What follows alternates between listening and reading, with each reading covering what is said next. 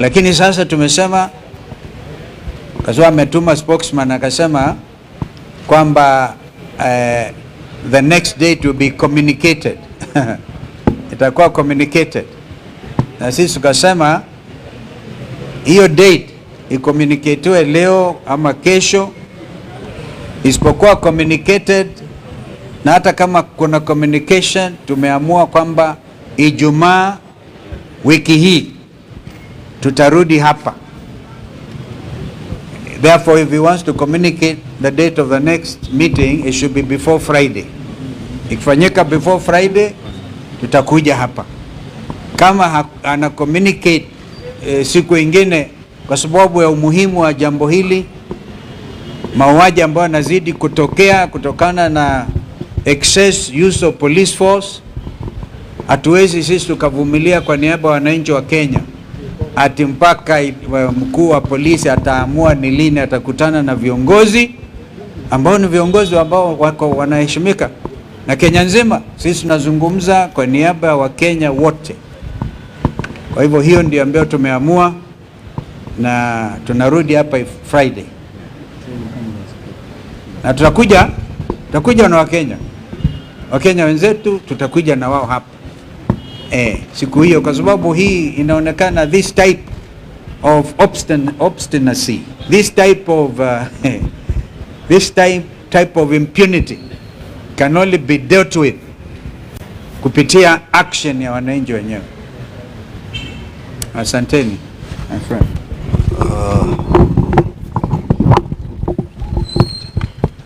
Nafikiri ndugu Kalonzo Musyoka ameongea Kiswahili sanifu sana.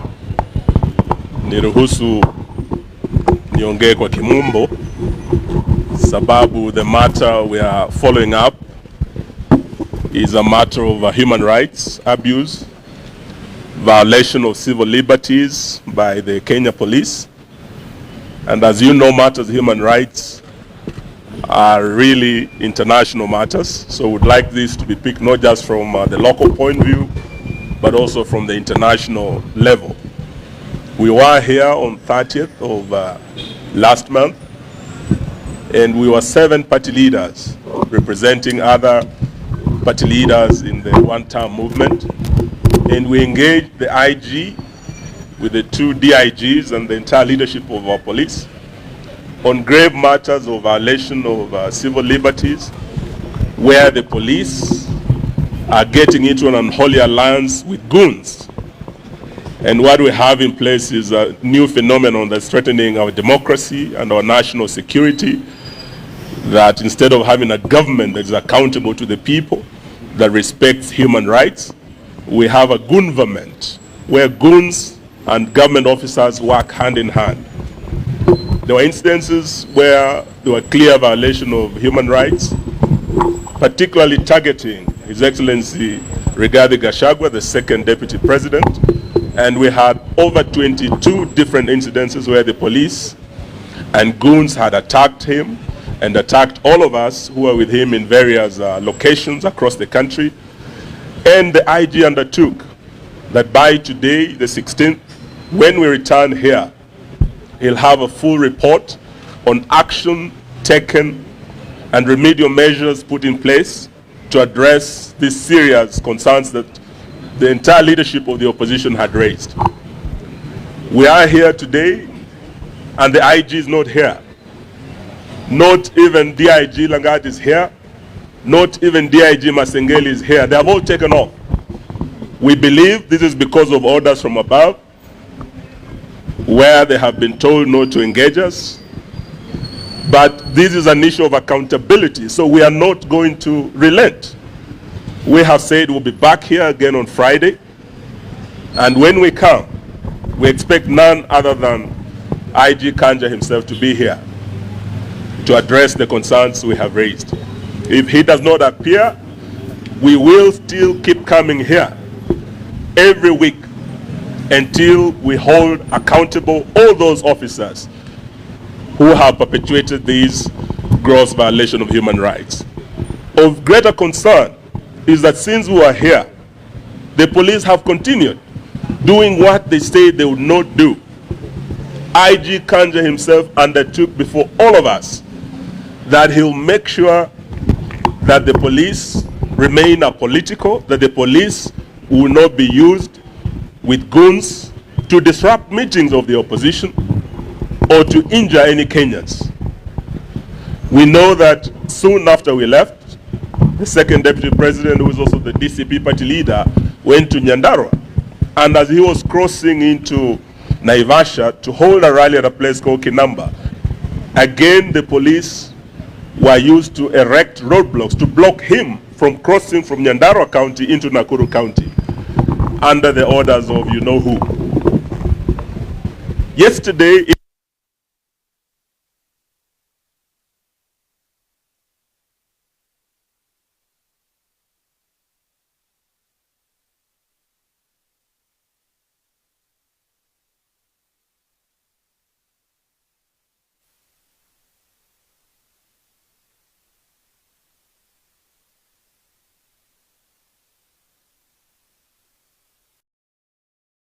proud. As we speak today, we have information that 2 young people lost their lives. We have almost 50 people who sustained injury. And the police locked tear gas. So we are saying we will be back here because we've not seen any goodwill demonstrated or any commitment shown as part of the IG of police. And I want to invite His Excellency Rigathi to also say a few words, but we say we will not relent in holding this government to account. Thank you. Thank you very much. As you have been told, we are here to see the IG. He is the one who gave the appointment, and shortly before we arrived, he took off to avoid this meeting and appointed to delegate the junior officer to talk to us. We have declined. Of this matter, the attack on the places of worship is an act of terror. We cannot discuss with any other officer other than the IG himself, because he bears the greatest responsibility over security in our country. This meeting was scheduled by him. He did not even have the courtesy to tell us he will not be there, but he was instructed to take off shortly before we arrived. We have information from inside the police service that these investigations are complete. The 12 police officers who attacked us have been identified. They have been positively been located, that they are the ones who are in Witima. They have been located at the house of the local member of parliament where they took lunch after the attack. We also have information that the police actually want to prosecute these people, but William Ruto and Kipchumba Murkomen are insisting on a cover-up, that these people should not face the law. This is very sad, and as my colleagues have said, we'll be back on Friday, and these people must face the law, and Kenyans will demand that they face the law. This is just the beginning now of pressure from the Kenyan people, because if we allow this impunity ahead of the general elections next year, there could be anarchy in this country.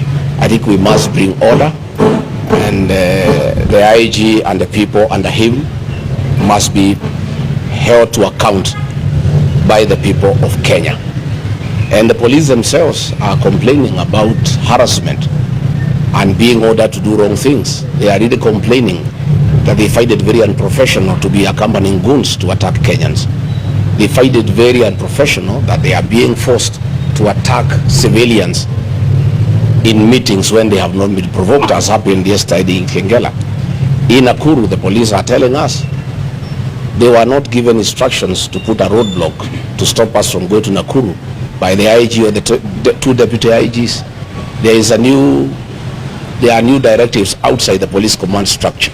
It is Murkomen who had called the Nakuru police outside the chain of command to attack, to erect a roadblock to stop us from going to Nakuru. Effectively, the National Police Service is no longer independent.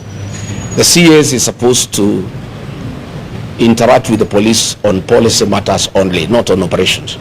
But Murkomen has taken over police operations, and he is even calling counter commanders and regional commanders outside the established command structure within the National Police Service. When a roadblock was elected in Naivasha, the police headquarters here was not even aware. It has only come now to the fore that it is a CS Interior who is giving instructions directly to the police. And actually the police are asking that they be helped, they be protected from the excesses of Kipchumba Murkomen and PS Raymond Omolo, who have taken over police operations, and they are giving instructions for police to deal with the dirty political matters outside the established chain of command within the National Police Service. So IG Kaja will be back on Friday, and will come. We'll have a conversation, because you must tell the people of Kenya, if you have lost control of the National Police Service, if Kipchumba Murkomen and Raymond Omolo have taken over police operations, then you have no business being in office. Kipchumba had better come here in Jogoo House and sit here, and Raymond can sit at the Vigilance House and run the police service from there. But otherwise, what is happening is unfortunate, but in the fullness of time, I think these matters will be addressed.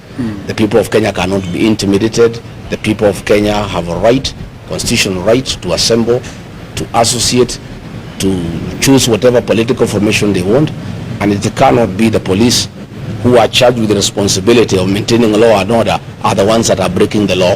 It cannot be that police who are supposed to protect Kenyans from being injured by anybody are the ones who are injuring the people of Kenya. It cannot be that guns and ammunition meant to protect the people, bought by the taxpayers' money, the same guns and ammunition are being used against the people of Kenya, who are unarmed, who are civilians, and in very unprovoked circumstances. So thank you very much, Asanteni sana. Perhaps I could add, let me add one thing. You will recall that a letter was issued on behalf of all of us in the United Alternative Government by our sister Mother Karua on our behalf, and it deals basically, if you look at the wording of that letter, it makes reference to the fact that we shall escalate this matter beyond our borders, because as Mheshimiwa Eugene has said, these are matters to do with human rights, and human rights are universal. The International Criminal Court is still in place, and the persons bearing the highest responsibility are the people we addressed in that letter. So we are not joking. It's not a matter that William Ruto can sit pretty and pretend to brush or sweep under the table. It cannot go away. There's no way that the killings will continue in this country since the Gen Z revolution. That is the basic issue. We are combining all of that from 2023, 2024, and what is happening, including what happened yesterday in Kitengela. We are escalating it. Thank you. Just one question. Yeah, what question? My name is Seth Onale from Citizen TV. This is in regards to the United Opposition agenda, in regards to United Nations for beating the flag bearer. No. That one, allow us not to deal with that now. Tafadhali. This is a critical matter.